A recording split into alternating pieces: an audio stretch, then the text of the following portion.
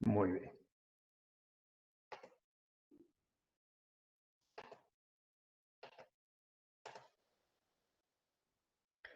Muy bien. Permítame presentarme. Mi nombre es Santiago Orellana. Trabajo en Data Lights desde 1996. Soy gerente del Departamento de Medición y Control y tendré el gusto de ser su facilitador el día de hoy. También nos acompañan como coanfitriones Shira Bracho, que es la gerente de marketing aquí en Data Lights, y es gracias a quien estamos aquí, y Daniel Capello, que es el ingeniero de campo. Él está a cargo de levantar la información de requerimientos, de proyectos, de preguntas y apoyarlos en el diseño de los sistemas de adquisición de datos, de medición y de control. Esta es la agenda que, que vamos a cubrir el día de hoy. La parte expositiva nos tomará entre 40 y 50 minutos y luego tendremos un espacio para responder las preguntas que puedan tener. Muy bien, empecemos entonces con los objetivos de un sistema de medición y control. Empecemos revisando unas definiciones. Vamos a definir a la productividad como la relación entre el producto y los recursos invertidos para obtenerlo. Pero no es aceptable incrementar esa productividad en detrimento de la calidad. Noten que aquí vamos a hablar de calidad cuantitativa, que es la medida de qué tanto se acerca el desempeño de un producto a su especificación. Noten la diferencia con el término de calidad subjetiva o calidad en general, que se basa más bien en la percepción de las personas respecto a un producto. Entonces, la obsesión por elevar la productividad, garantizando esa calidad, em, es decir, cómo elevar los resultados reduciendo el uso de los recursos, es justificable desde todo punto de vista, humano, económico, ambiental, etcétera, etcétera.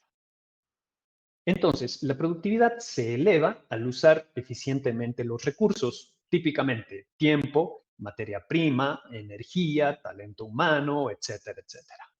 Entonces, si no sabemos cuántos recursos estamos usando y dónde están siendo utilizados, cualquier iniciativa que tomemos para elevar la productividad estaría más sujeta al azar que a una decisión bien informada. Y nosotros en Data Lights, nuestro enfoque apunta precisamente a resolver esos retos, elevar la productividad, mejorar la calidad y acelerar la innovación, tanto en procesos y también en máquinas industriales, y siempre teniendo al ser humano como principal beneficiario. Y lo hacemos integrando sistemas de medición y control con una perspectiva integral, es decir, considerando factores técnicos, humanos, ambientales y de negocio. En esta presentación veremos cómo aplicar medición y control en diferentes tipos de soluciones, como adquisición de datos, que es en lo que nos vamos a concentrar hoy. Veremos algo de pruebas automáticas y tenemos otros eventos y otras presentaciones donde nos enfocamos en control y robótica. Y también vamos a ver cómo estas soluciones son aplicables a diversos mercados como manufactura, regulación, empresas de servicios, investigación y desarrollo y defensa. Bien, pasemos ahora a la parte técnica. Vamos a revisar el esquema general de un sistema de adquisición de datos para pasar luego a profundizar en cada uno de los componentes. Empezamos por definir cuál es el proceso o cuál es la unidad bajo prueba, identificando cuáles son los objetivos, cuáles son los requerimientos y cuáles son los parámetros físicos involucrados. Luego, seleccionamos los sensores y los actuadores que convierten esos parámetros físicos en señales eléctricas y viceversa. A continuación, diseñamos el sistema de adquisición de datos, o DAC por sus siglas en inglés, que toma las señales eléctricas de los sensores y los convierte a datos. Y finalmente, esos datos son procesados en el programa de aplicación. Esto incluye, por ejemplo, interfaz de usuario, perdón, grabación de datos, comunicaciones, alarmas, Internet industrial de las cosas, etcétera, etcétera. Bien, pasemos a profundizar cada uno de estos elementos. Empecemos entonces por el levantamiento de requerimientos. Como decíamos, todo proyecto de medición y control apunta a mejorar la productividad y la calidad mediante la obtención de indicadores clave de desempeño o KPIs, por sus siglas en inglés, y evaluamos la factibilidad económica de ese proyecto mediante el cálculo del retorno de la inversión o ROI. En este punto es donde definimos el alcance del proyecto, es decir, delimitar exactamente qué debe hacer la aplicación. Y vamos a ver que ese alcance está sujeto a 3 vectores de restricción. Primero, el desempeño, que se refiere a características como qué precisión necesitamos, qué robustez, qué prestaciones, a qué velocidad debe correr, etcétera, etcétera.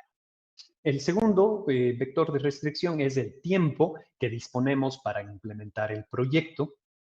Y el tercer vector es el presupuesto para ejecutarlo.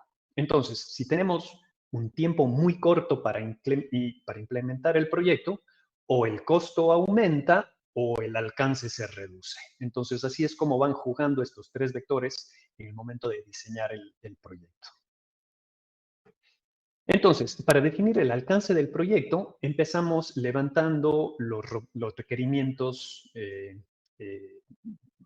generales del proyecto. Por ejemplo, aquí vamos a hacer un listado de los parámetros a medir, qué señales físicas, en qué cantidad, con qué especificaciones, etcétera. Aquí tenemos que incluir todas las consideraciones de montaje, robustez, factor de forma, etcétera. Y esto se debe documentar para asegurar que todos los actores del proyecto, tanto los desarrolladores como los clientes finales, están de acuerdo en esos requerimientos.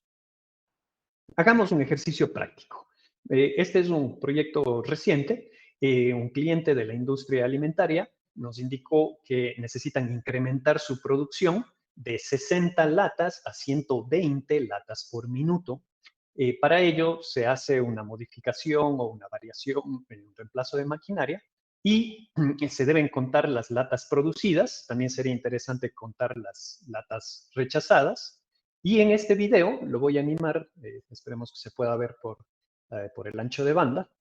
Vamos a ver cómo van pasando las latas frente al punto de inspección y vemos que pasan muy, muy rápido. De hecho, hicimos unas estimaciones y vemos que el tiempo estimado para detectarlas es del orden de 50 milisegundos. Así, hemos definido para este proyecto 2 parámetros. El parámetro de negocio, 120 latas por minuto, y el parámetro técnico para el diseño del sistema DAC, que es detectar esas latas en 50 milisegundos. Hagamos otro ejercicio. En esta tabla hemos resumido 3 aplicaciones en las cuales se necesitaba medir temperatura.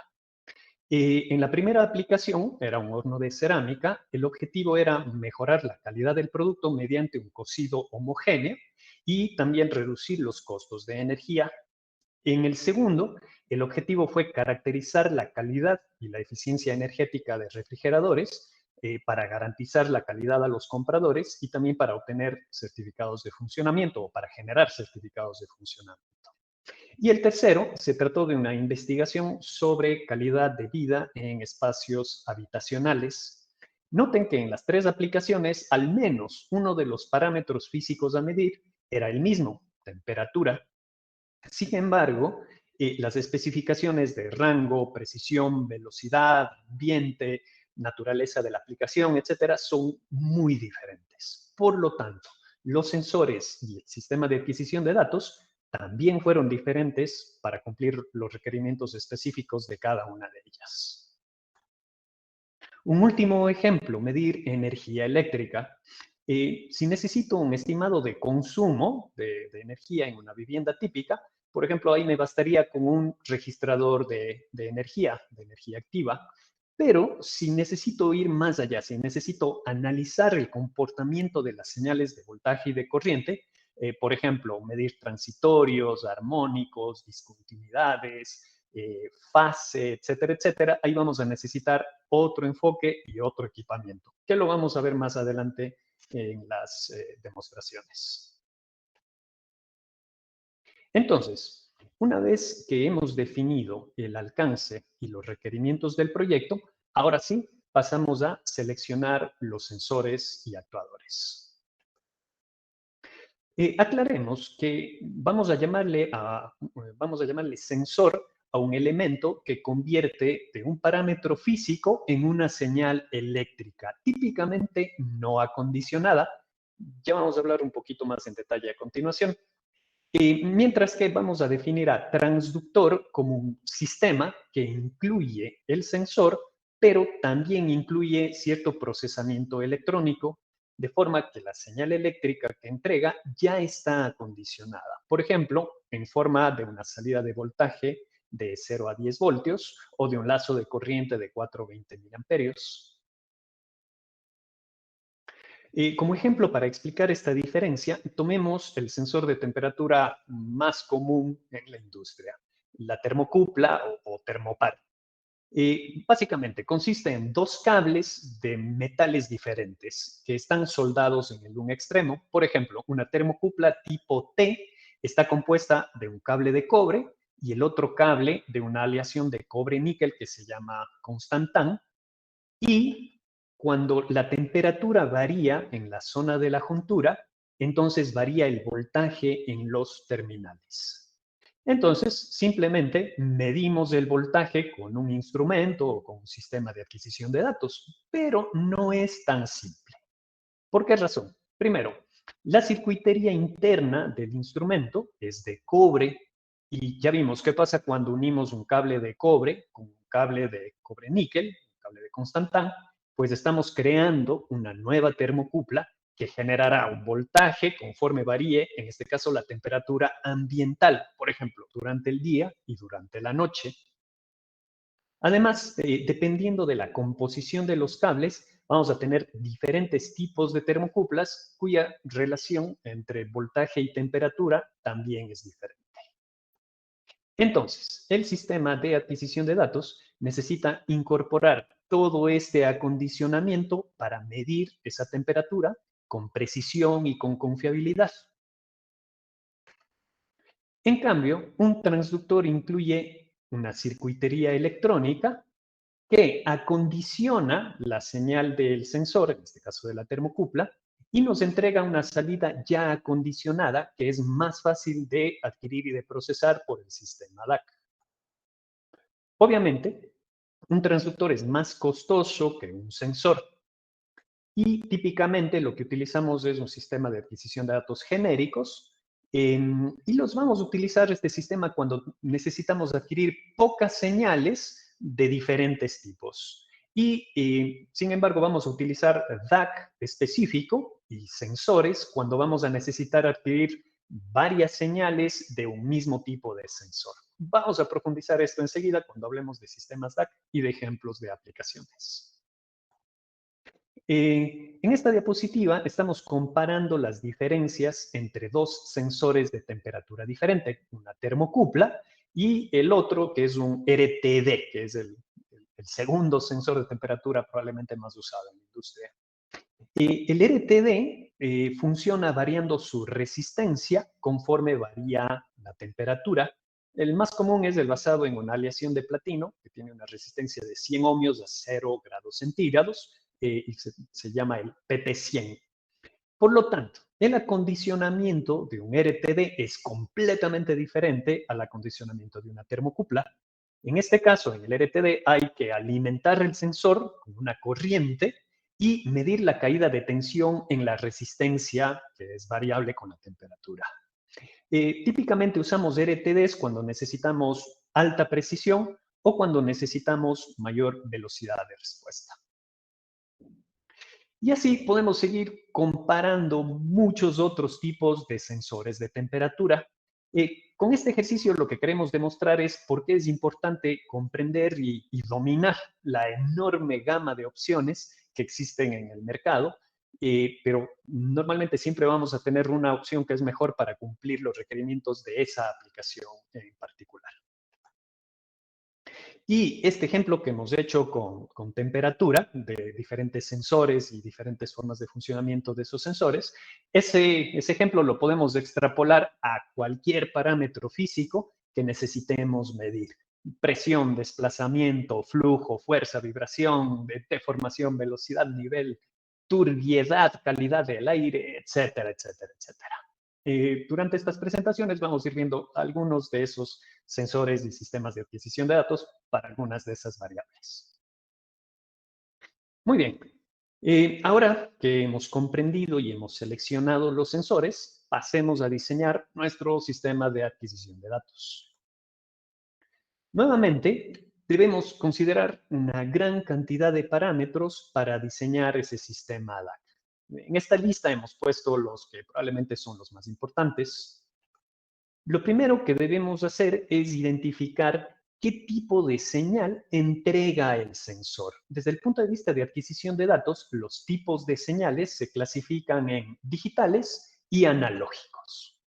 Lo segundo es determinar la velocidad de variación de esa señal, lenta o rápida. Esto siempre es relativo, ¿no? O sea, vamos a ver un poquito más adelante, pero básicamente podemos eh, clasificarlas en esas dos grandes áreas. Y lo tercero es comprender el tratamiento que se le debe dar a esa señal para generar datos e información.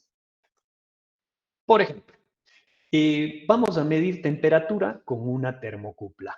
Una termocupla me entrega una señal analógica de voltaje de lenta variación, pero que requiere el acondicionamiento que habíamos visto antes. Por lo tanto, debemos usar un módulo de adquisición de datos específico para termocupla que hace todo el acondicionamiento, es decir, la compensación de la juntura fría, la amplificación, el filtrado, eh, y convierte esos datos de voltaje a grados Celsius o Fahrenheit o Rankine, lo que necesitemos, según el tipo de termocupla que estemos utilizando. Este módulo también hace multiplexación. Eso significa que es capaz de medir varias termocuplas simultáneamente. En el caso que estamos mirando aquí en la diapositiva, este módulo permite o se le pueden conectar hasta 16 termocuplas simultáneamente, lo cual es mucho más barato que comprar 16 transductores. Otra característica es que típicamente este tipo de sistemas de adquisición de datos viene con un certificado de calibración y un certificado de precisión, de modo que tenemos una muy alta confiabilidad de que la medición que estamos haciendo es precisa, por ejemplo, en 1 grado centígrado, que es un rango típico de precisión en termocuplas. Vamos a hacer también adquisición de datos de una RTD. Para ello, vamos a tener que usar otro módulo diferente de adquisición de datos, este específico para RTDs, con su acondicionamiento específico también. Bien, nos vamos a adelantar un poquito al tema de la aplicación para poder demostrar cómo funciona el sistema DAC. Ahorita les comparto la cámara que está apuntando a mi mesa donde tenemos los equipos, pero lo que van a ver básicamente es que tenemos, en este caso, un chasis de adquisición de datos. Dentro de este chasis se insertan los diferentes módulos de adquisición de datos, en este caso el de termocuplas y el de RTD. Y este chasis, el que estoy usando ahorita, vamos a ver que se conecta al computador mediante el puerto USB. Otra vez, dependiendo de la aplicación, vamos a escoger el sistema de comunicación adecuado con el computador. Puede ser por Ethernet, puede ser insertado en el computador, puede ser a través de IoT, puede ser embebido, es decir, que no dependa de un computador, etcétera, etcétera. Y finalmente, en el computador estamos utilizando un software, en este caso estamos usando Labio, que es que este software se comunica con el chasis y adquiere y despliega y procesa las señales de los sensores. Bien, voy a compartir la cámara, permítanme un segundo, y voy a cambiar la cámara para que puedan ver lo que tengo aquí en la mesa.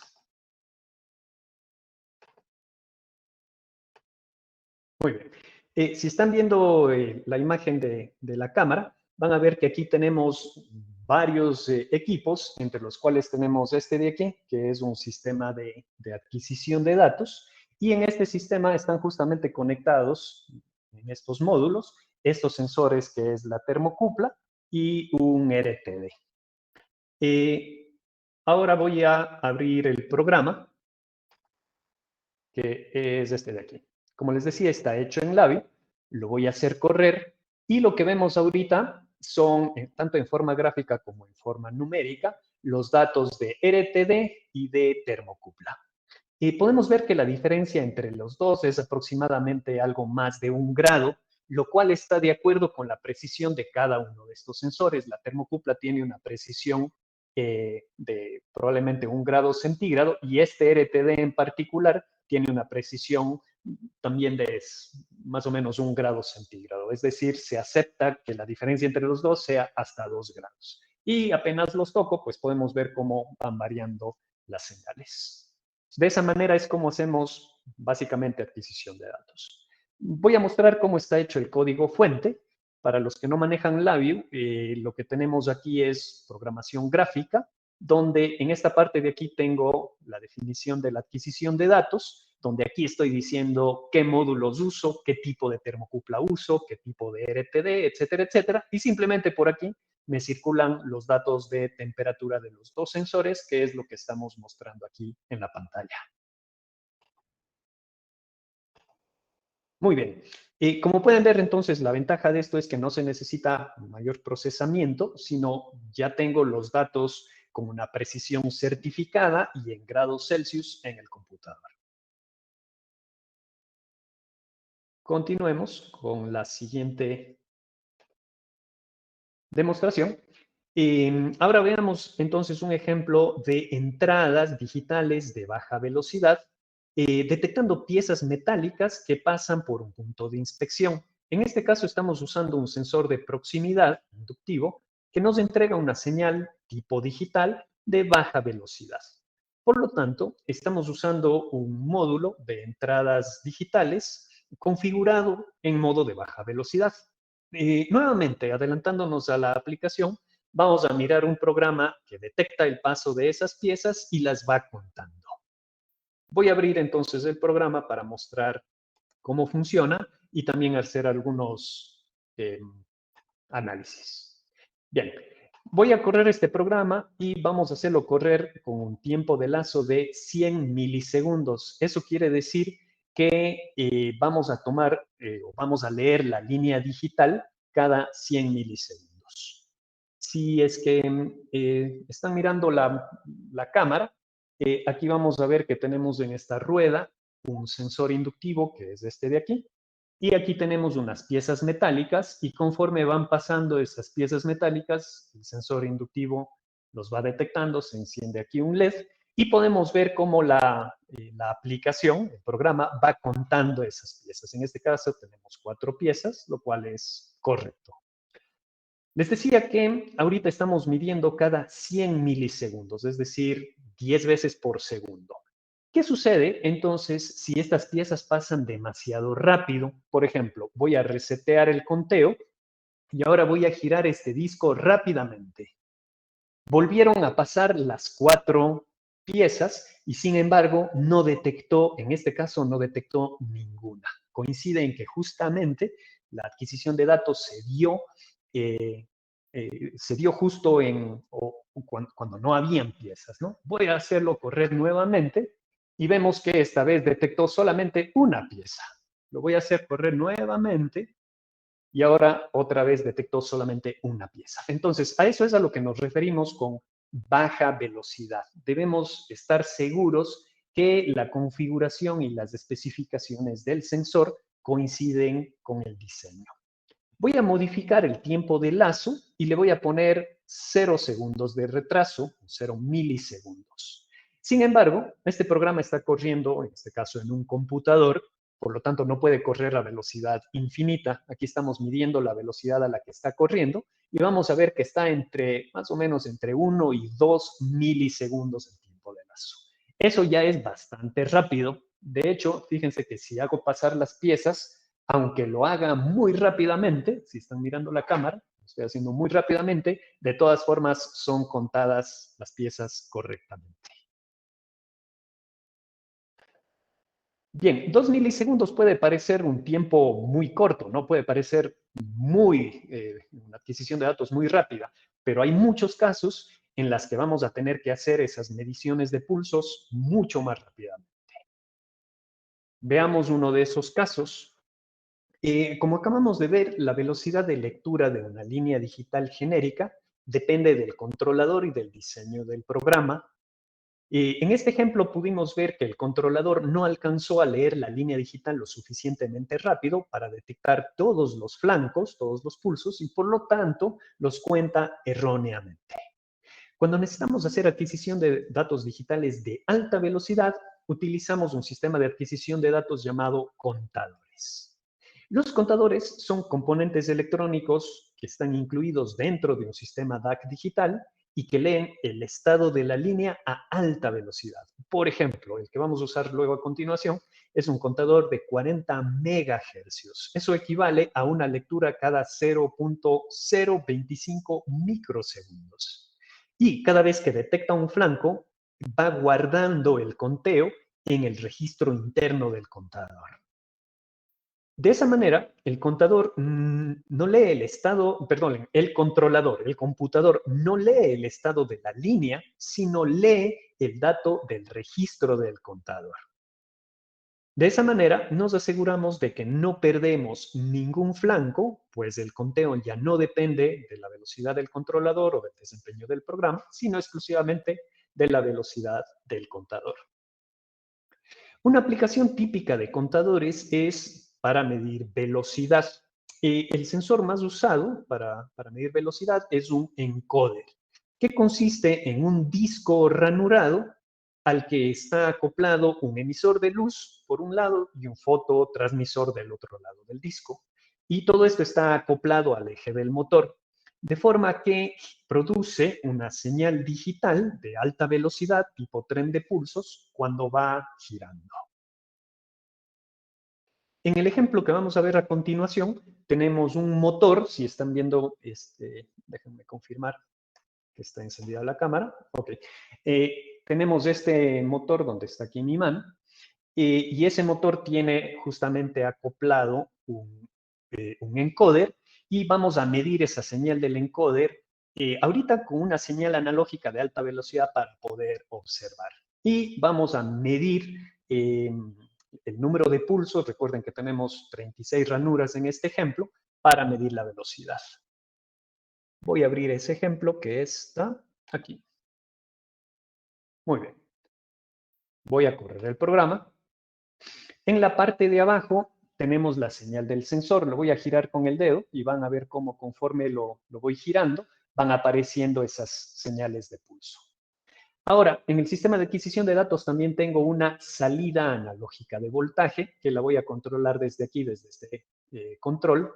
Y conforme voy subiendo el voltaje, vamos a ver que la frecuencia de la señal aumenta y aquí estamos observando la velocidad, ahorita en valores por unidad, en el gráfico, para comparar la velocidad con el voltaje. Y en estos indicadores de abajo a la izquierda tenemos la frecuencia de la señal y la velocidad en RPMs. Como pueden ver, cuando le doy 5 voltios, tenemos cerca de 5200 RPMs y podemos ver que el tiempo de cada pulso es mucho menor al 1 milisegundo, que es lo máximo que un computador podría adquirir. Si nos pasamos al diagrama de bloques para ver cómo está hecho el programa, lo que tenemos aquí es la adquisición de datos. Aquí estamos midiendo la frecuencia. Y recuerden que teníamos 36 ranuras, por eso dividimos la frecuencia para 36 y así tengo revoluciones por segundo. Y si multiplico por 60, ya tengo revoluciones por minuto. Básicamente eso es lo que está haciendo el programa. Muy bien. Ahora, cuando además de medir velocidad necesitamos medir dirección, entonces utilizamos un encoder de cuadratura. El funcionamiento es muy similar al encoder lineal, Pero en este caso tenemos dos canales, ¿sí? El disco tiene como dos tipos de ranuras que están desplazados 90 grados y lo que produce esto es dos señales en cuadratura. Eh, Cuando el eje gira hacia el un lado, voy a animar la presentación y van a ver que el canal A adelanta al canal B, es decir, primero se ve el foquito del canal A y luego el del canal B. Pero si gira para el otro lado, pueden ver que el canal B adelanta al canal A. Entonces, observando esas señales, podemos medir ya no solo velocidad, sino también dirección. Y si tengo velocidad y dirección, ya puedo medir posición, puedo medir distancia, etcétera, etcétera. Eh, Hagamos otro ejemplo. Aquí lo que vamos a tener es un medidor de flujo. Nuevamente, si están viendo mi cámara, ¿sí? Es este que tenemos aquí, ¿no? No sé si se logra ver, pero aquí nos está mostrando el flujo que está pasando en ese momento, el flujo instantáneo. Aquí vamos a usar simplemente, vamos a soplar esta manguera para hacerle pasar flujo. Y típicamente, ¿cómo funcionan los medidores de caudal o de flujo? Perdón, es con una paleta o con una turbina aquí adentro, y en esa turbina pues está acoplado un encoder o también puede tener un sensor de reluctancia magnética como el que vimos hace un momento para detectar el giro de las paletas de la turbina. Pero el sensor que tengo aquí en este momento en realidad es un transductor, es decir, internamente aquí está incluida una circuitería que me da la salida, en este caso, en forma de 4 a 20 miliamperios. Por lo tanto, igualmente si ven mi pantalla, si están viendo mi cámara, van a ver que este equipo, que este sensor de flujo está conectado mediante este cable a este módulo de aquí, que es un módulo de entradas analógicas de 4 a 20 miliamperios. Voy nuevamente entonces a abrir el programa y es este de aquí. Bien, lo voy a correr y aquí vemos que ahorita tenemos un flujo de 0. Voy a soplar, voy a introducir este aire para hacerlo girar y vamos a ver que la medida que vemos en la pantalla del sensor coincide con la medida que tenemos aquí en el panel frontal.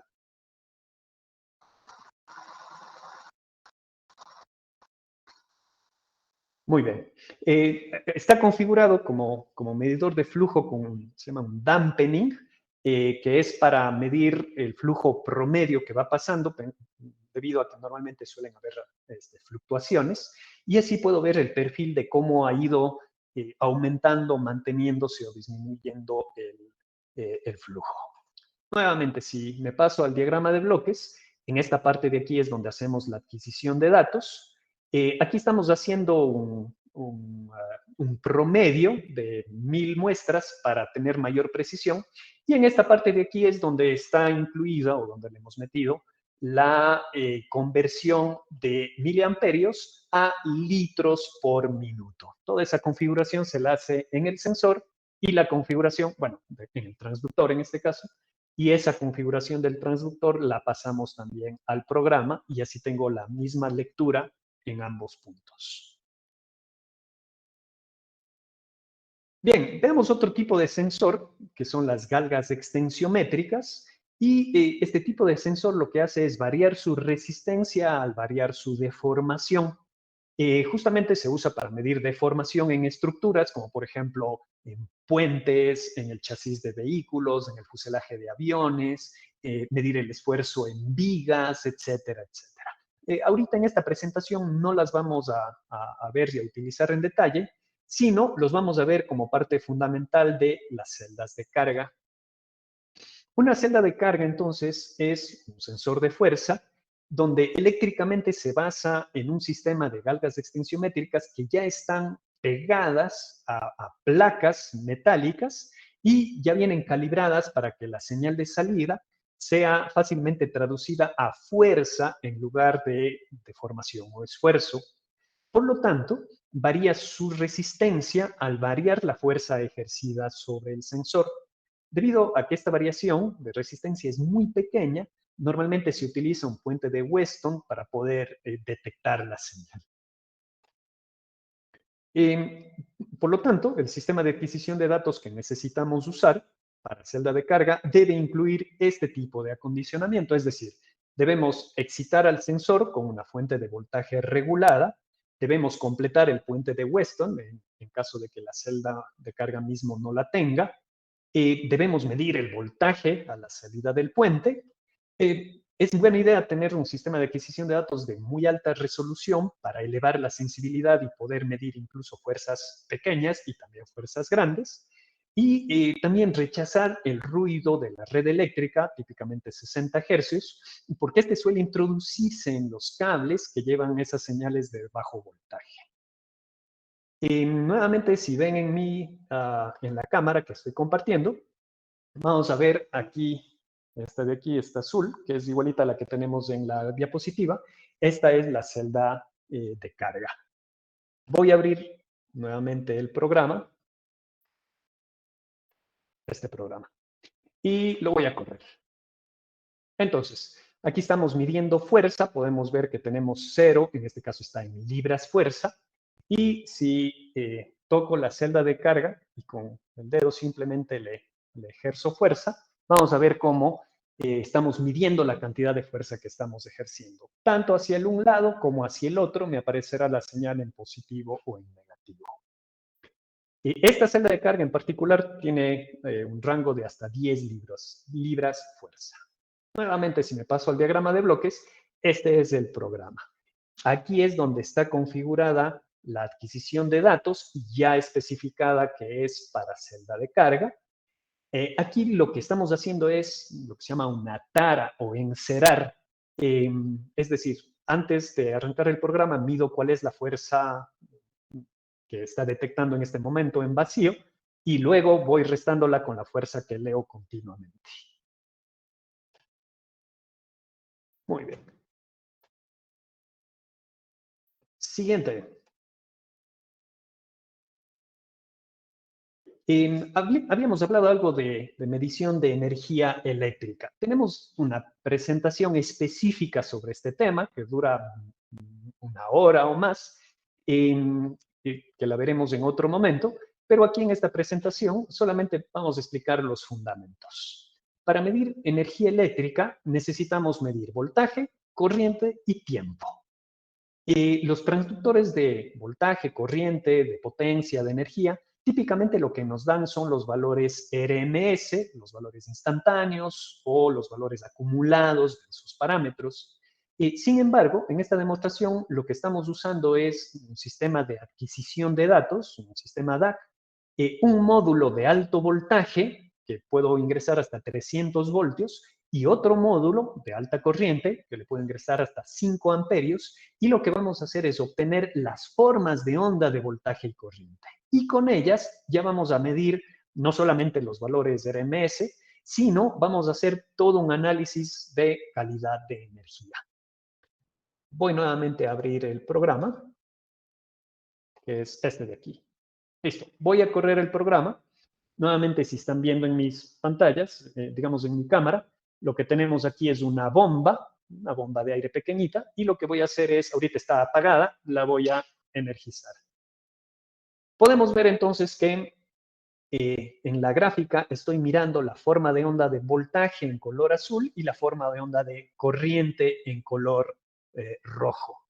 Podemos ver, como es una bomba, es un motor, podemos ver el desfasaje porque es una carga inductiva, y podemos ver que tiene pocos armónicos. De hecho, si me voy a esta pestaña que dice armónicos, estamos midiendo en un analizador de espectros los niveles de los armónicos. Esto está en decibelios, entonces aquí tenemos 40 decibelios y el siguiente armónico está cerca de 0.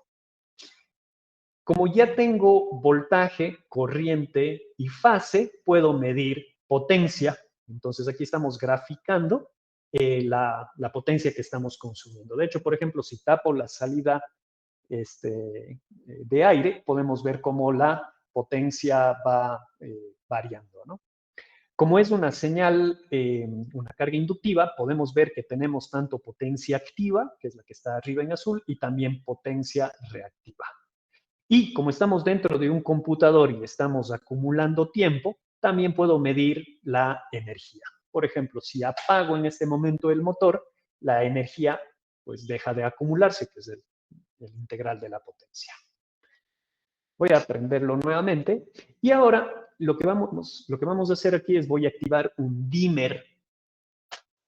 Entonces, al activar el dimmer, lo que podemos ver es que trocea la señal de voltaje, lo cual crea una distorsión armónica considerable. Entonces, me puedo pasar a los armónicos y ahí puedo ver que de lo que antes estaba de 40 casi en cero el primer armónico, podemos ver un segundo armónico muy alto, en el orden de 20. También podemos ver qué es lo que sucede con la potencia. Podemos ver que sí, de hecho, la potencia se redujo, probablemente también se reduce el desempeño del motor también, ¿no? De la bomba. Y también podemos ir midiendo la energía. Este es un ejemplo de cómo utilizar sistemas de adquisición de datos para hacer este tipo de mediciones de energía y caracterizar no solamente valores de RMS, sino poder comprender en profundidad el comportamiento de esas señales. Si me paso al diagrama de bloques, lo que vamos a ver es cómo está hecho el programa. Nuevamente en esta parte de aquí hago la adquisición de datos y aquí estamos usando un toolkit donde hace esas mediciones de valores de RMS, de frecuencia, de potencia y de energía. Y estos algoritmos vienen certificados de forma que yo tengo una muy alta confiabilidad de que los valores que estoy midiendo son precisos y confiables. Ahora hablemos de vibración y de sonido, pues los principios físicos y los sensores son muy similares. Otra vez, tenemos una presentación de más de una hora sobre este tema específico. Aquí haremos una demostración muy general. Una de las aplicaciones más comunes de análisis de vibración es el monitoreo de condición de máquinas rotativas, pues uno de los problemas más comunes en motores y generadores son las paradas no programadas e incluso, en ciertos casos, la destrucción de esas máquinas debido a vibraciones fuera de rango. Estos sensores también se utilizan para detección de posición, de inclinación y de movimiento. Aquí vamos a usar dos tipos de sensores, tipo MEMS y tipo IEPE. En el evento específico de vibración explicamos más en detalle eso. Para diagnosticar el funcionamiento, en este caso vamos a usar dos ventiladores. Vamos a ver que un ventilador funciona correctamente, está completo, pero el otro ventilador tiene una paleta rota y esa paleta rota lo que va a hacer es producir vibración. Vamos a abrir ese programa y lo voy a correr. Muy bien. Nuevamente, si ven la cámara, lo que tengo aquí es esta cajita donde aquí está el ventilador completo y el ventilador roto. Con este switch paso al ventilador completo. Ahorita está parado, desde esta salida de voltaje nuevamente le cambio la velocidad, ahorita el motor, el ventilador está parado, pero si yo golpeo la caja con la mano, ahí podemos ver el impacto tanto en el eje X como en el eje Y, ¿sí? Entonces, esa es otra aplicación de los acelerómetros, ¿no? Detección de impacto y caracterización de impacto. Voy a elevar la velocidad, elevo el voltaje, y aquí podemos medir la velocidad del ventilador. Ahorita estamos con el ventilador completo y podemos ver que tenemos aquí una pequeña componente de frecuencia en 61 hercios, que coincide con los 62, bueno, aquí está un poquito movido, que es la velocidad a la que está rotando ese ventilador. Ahora, mediante este switch me voy a cambiar no al ventilador que está, al ventilador funcional completo, y lo voy a cambiar al que tiene una de las aspas rota, una paleta rota. Y podemos ver el componente de vibración es mucho más alto.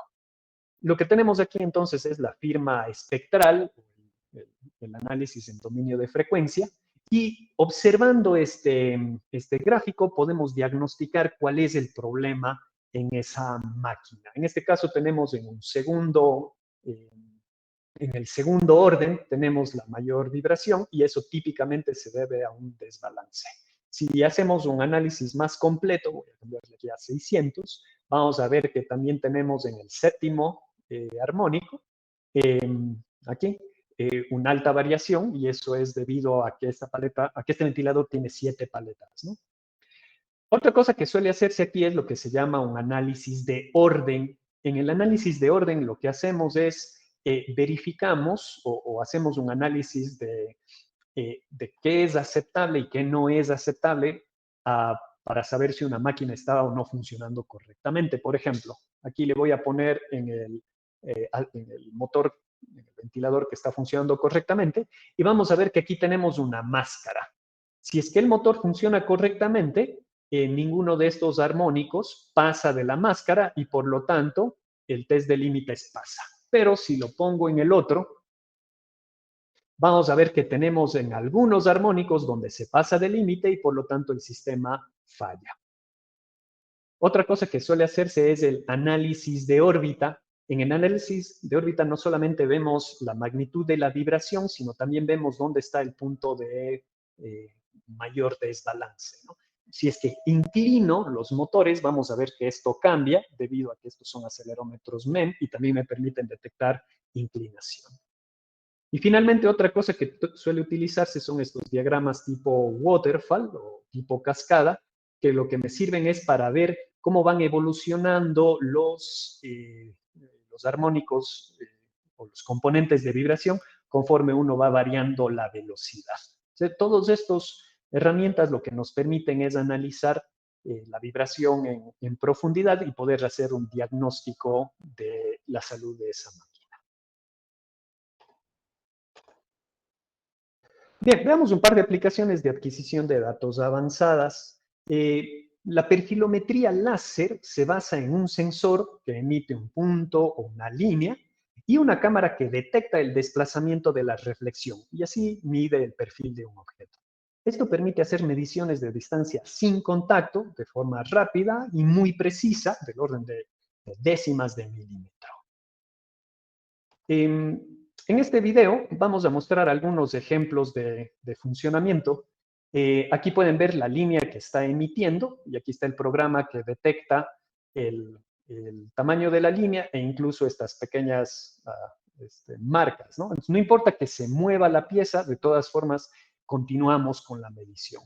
Si ponemos dos perfilómetros, el uno arriba y el otro abajo, le voy a detener aquí un ratito el video, este es el un perfilómetro y este es el otro, lo que estamos haciendo son mediciones diferenciales, es decir, continuamos midiendo el espesor de este objeto, no importa que sea ondulado o no importa que se esté moviendo, pues aquí lo estamos midiendo basados en diferencia de esas dos señales. También, obviamente, aquí estamos haciendo un análisis de pasa-falla para verificar si está dentro de la especificación. Por ejemplo, aquí estos sí pasaron, y aquí le colocamos una lata adicional de forma que sube el espesor y aquí podemos ver que el análisis falla. También con diferencial podemos hacer análisis en 3D y nuevamente aquí podemos definir una serie de parámetros para hacer el diagnóstico de pasa o de falla. Bien. Las aplicaciones de perfilometría láser son muchas, ¿no? Por ejemplo, control de calidad en ensamblaje, como en automóviles, en línea blanca, montaje de piezas, etcétera, etcétera. Medición de volumen de productos, sean regulares o irregulares. Aquí podemos ver, por ejemplo, en papas o en troncos. Medición de, en este caso, calidad de pavimento para estimar el bacheo. Detección de relieve, incluyendo lectura OCR, etcétera, etcétera. Otro ejemplo de adquisición de datos avanzada es visión artificial. Nuevamente tendremos una presentación de 1 hora donde vamos a hablar específicamente de este tema, pero vale la pena mencionarlo ahora, ¿no? El fundamento es utilizar una cámara para hacer mediciones sobre la imagen adquirida y con varias aplicaciones. Medición de rangos como distancias, formas, geometría, contar y clasificar objetos, detectar imperfecciones, por ejemplo, impurezas en botellas, detectar color, que suele ser muy difícil hacerlo visualmente, localizar características de un producto, por ejemplo, verificar que todos los componentes de una tarjeta electrónica hayan sido montados o que todas las pastillas de un blister estén presentes, lectura de caracteres mediante OCR, código de barras o códigos QR, etcétera, etcétera. Una vez más, en una presentación específica ya hablamos sobre comunicaciones industriales, pueden ver en nuestra página web, y sobre IoT. Aquí cabe mencionar que estos sistemas de adquisición de datos pueden integrarse con PLCs, con sistemas HMI SCADA e IoT. Bien, finalmente vamos a hablar un poquito acerca de la aplicación, que básicamente es los servicios que incluye todo lo que tenga que ver con ingeniería para integrar el hardware, el software, el diseño, el montaje y todos los elementos necesarios para que la solución sea funcional. Hay varios modelos para desarrollar estas aplicaciones. El más común es el modelo en B, donde en la parte izquierda definimos el proyecto y vamos de lo general a lo específico, y en la parte derecha está ya la parte de la integración, y en cambio vamos de lo específico a lo general. Sin embargo, cuando el proyecto tiene partes complejas, o partes difíciles o partes en las que tienen alto riesgo, solemos utilizar este modelo en espiral, donde partimos de la parte más compleja o complicada, verificamos que funciona y en espiral vamos integrando el resto de los componentes. En este último demo vamos a mostrar una aplicación de un banco de pruebas automático para un producto que fabricamos aquí localmente, que es este entrenador de planta de control o EPC, que es un equipo diseñado para enseñar adquisición de datos en universidades y en institutos superiores. Entonces, una vez que se fabrica un lote de estos, 10, 15, 20 de estos, debemos comprobar que cada uno de ellos tengan todo su funcionamiento correcto. Entonces, lo que tenemos que probar es el motor de corriente continua que vimos hace un momento, que tiene su encoder, un ventilador, un LED que al encenderse se calienta y un sensor de temperatura. Tenemos un micrófono, un motor stepper con su propio encoder, un relé y una serie de LEDs indicadores aquí. Entonces, hacer esto manualmente con instrumentos, con osciloscopios, con multímetros es muy largo, nos toma mucho tiempo. Por lo tanto, lo que hemos desarrollado es una aplicación de banco de pruebas automática que la voy a hacer correr a continuación. Nuevamente, si están viendo mi cámara, este de aquí es la EPC y en este caso estamos usando este sistema de adquisición de datos con todas estas señales. Entonces, el rato que arranco el programa, lo primero que me da es unas instrucciones de inspección visual. Fíjense que aquí podríamos implementar también visión artificial para que no sea el técnico el que hace esta inspección visual, sino mediante cámaras. Presionamos OK y lo primero que hace es verificar que el motor de corriente continua tenga un funcionamiento lineal, porque dentro de las prácticas está PID, y si el motor no es lineal, no puedo aplicar PID. Entonces, el programa lo que hace es me diagnostica si es lineal, simplemente haciendo una interpolación y verificando que no haya un error, me parece que es más de 100 RPMs en todo el rango. Si está correcto, pasa. Y si tiene algún problema, falla. Por ejemplo, aquí voy a repetir la prueba y si están viendo mi cámara, con el dedo voy a frenar en cierto momento el motor para producir una falla, ¿no? Voy a repetir la prueba, empieza a aumentar el voltaje y aquí voy a frenar un poquito. Fíjense que apenas le topé al motor y ya tuve esto. Y fíjense que ahora el resultado es falla. Aquí voy a generar un reporte. Y fíjense que simplemente presionando ese botón automáticamente se abre el Excel, se crea el reporte donde me dice fecha, hora, el serial del producto, el diagnóstico y toda la información acerca de esa prueba, incluyendo capturas de pantalla y gráficas para diagnosticar la prueba. Mientras tanto, mientras se generó automáticamente el reporte, el sistema sigue haciendo la siguiente prueba, que en este caso es probando el LED y el sensor de temperatura y el ventilador.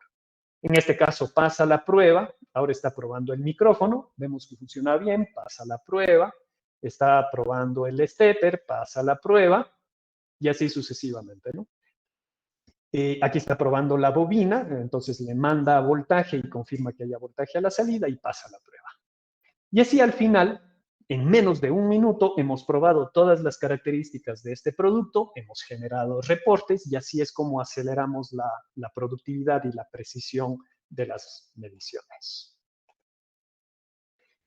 Aquí tenemos otro ejemplo, esto es con IoT. Si es que tienen un teléfono a mano, pueden rastrear, digamos, pueden escanear ese código y van a ver, de hecho voy a abrir aquí la página web. Eso.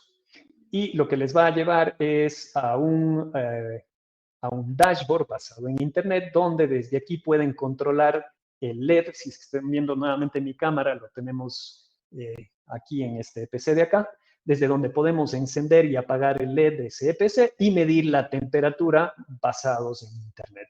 ¿Sí? Es decir, ya si a estas alturas un sistema de adquisición de datos no tiene capacidad de integración en Internet de las cosas, pues estamos atrasados, ¿no? Muy bien. Listo. Voy a pasar rápidamente por algunos casos de estudio. Este es un ejemplo que hicimos el año pasado para pruebas de refrigeradores. Este es otro ejemplo donde estamos usando celdas de carga para clasificación de mangos, porque antes se lo hacía manualmente y al hacerlo manualmente había demasiado error y este mango es mango de exportación, se va a Europa, entonces si está mal clasificado, no es que me rechazan el mango mal clasificado, me rechazan todo el cargamento, ¿no? Ejemplos en fábricas de alimentos, esto es vibración, un análisis de vibración en bombas.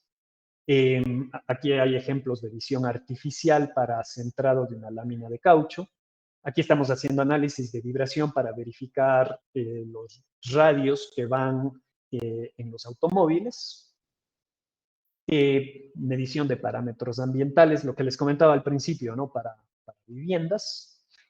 Este es también de posición para yates de turismo, porque si el yate se mueve mucho, la gente, los turistas se marean, no disfrutan del viaje, entonces lo que hacen estos astilleros es reubicar los pesos del yate para reducir el balanceo. Ejemplos en empresas de regulación, en empresas de servicios, etcétera, etcétera. Bien, como conclusiones, para mejorar la productividad y la calidad es necesario conocer los indicadores claves porque las ventas y el balance de pérdidas y ganancias de la empresa es un indicador demasiado alejado del piso de planta como para estimar si nuestras iniciativas de mejoras han surtido o no efecto. Entonces, lo que hacemos en Data Lights es integrar sistemas de medición y control ajustándonos a los requerimientos del proyecto y lo que hacemos es usamos un modelo de responsabilidad compartida, es decir, podemos hacer solamente el diseño del sistema, podemos solamente capacitar al personal de la empresa en el uso de las herramientas para que lo desarrollen internamente, también podemos incluir la provisión de equipos, pues somos importadores directos y tenemos toda una infraestructura de operaciones. Y también podemos llegar hasta sistemas llave en mano donde nos hacemos cargo de todo. Es decir, el cliente final es el que decide qué nivel de colaboración se ajusta a sus requerimientos. Listo, como siguientes pasos. En caso de que tengan cualquier requerimiento, por favor, no duden en solicitar una visita. Ya estamos haciendo visitas presenciales en su planta. O si prefieren, también obviamente la podemos hacer por videoconferencia. Y para continuar con su capacitación, les recordamos que en Data Lights tenemos este plan de transferencia de información tecnológica en varios formatos, conferencias técnicas como esta, tenemos opciones autodidactas y también tenemos capacitación personalizada para acelerar la curva de aprendizaje. Y finalmente, les ruego que califiquen al evento. Ahorita en el chat les mando el enlace, pero si tienen un teléfono también lo pueden escanear. Y en este enlace ustedes van a poder, por favor, calificar el evento para saber que también lo hicimos. Y también aquí pueden solicitar visitas y solicitar información adicional. Con esto terminamos la presentación Y vamos a dar entonces unos minutos para ver si existen preguntas. Con esto terminamos la parte expositiva y voy a parar la grabación. Muchas gracias y ahorita les envío el enlace a al chat.